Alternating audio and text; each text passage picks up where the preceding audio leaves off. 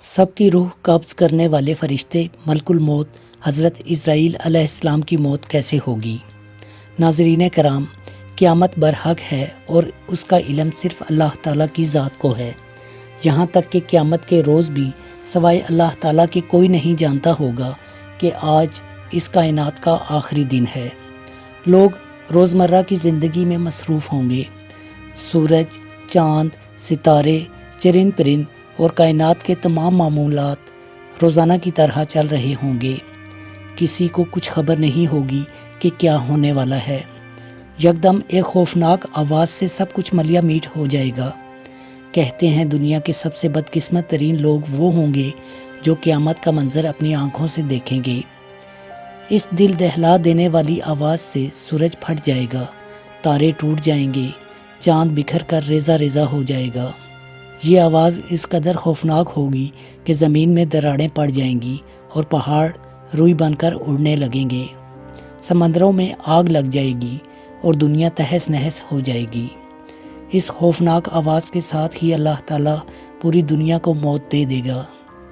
اس کے بعد پہلے، پھر دوسرے، تیسرے اور سب سے آخر میں 7ویں آسمان تک سب کو موت دے دی جائے گی۔ سب فرشتوں کو گرا دیا جائے گا۔ پھر اللہ تعالیٰ فرمائے گا، کون باقی ہے؟ آواز سن کر ملک الموت حضرت اسرائیل علیہ السلام کہیں گے، اے اللہ، مجھ سمیت تیرے 4 فرشتے ہیں، یعنی میرے علاوہ جبرائیل، میکائیل اور اسرافیل ہیں۔ اللہ تعالیٰ فرمائیں گے، جبرائیل اور میکائیل مر جائیں۔ اس پر اللہ کا عرش کہے گا، یا اللہ، جبرائیل اور میکائیل کو تو بچا لے۔ اللہ تعالیٰ فرمائیں گے کہ خاموش، میرے عرش کے نیچے صرف موت ہی موت ہے۔ پھر دوبارہ اللہ تعالیٰ فرمائے گا، کون باقی ہے؟ جواب آئے گا، اسرافیل اور اسرائیل باقی ہیں۔ پھر اللہ تعالیٰ فرمائے گا، اسرافیل مر جائے۔ اس وقت حضرت اسرافیل سور پھونک رہے ہوں گے۔ ان کے ہاتھ سے سور نکل کر اللہ کے عرش پر جا لگے گا۔ پھر اوپر اللہ اور نیچے اسرائیل علیہ السلام باقی ہوں گے۔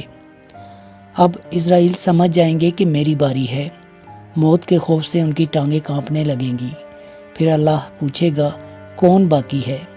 اس پر حضرت اسرائیل علیہ السلام جواب دیں گے کہ بس ایک میں ہی باقی ہوں۔ پھر اللہ تعالیٰ فرمائے گا، جا تو بھی مر جا، تو بھی میری ایک مخلوق ہے۔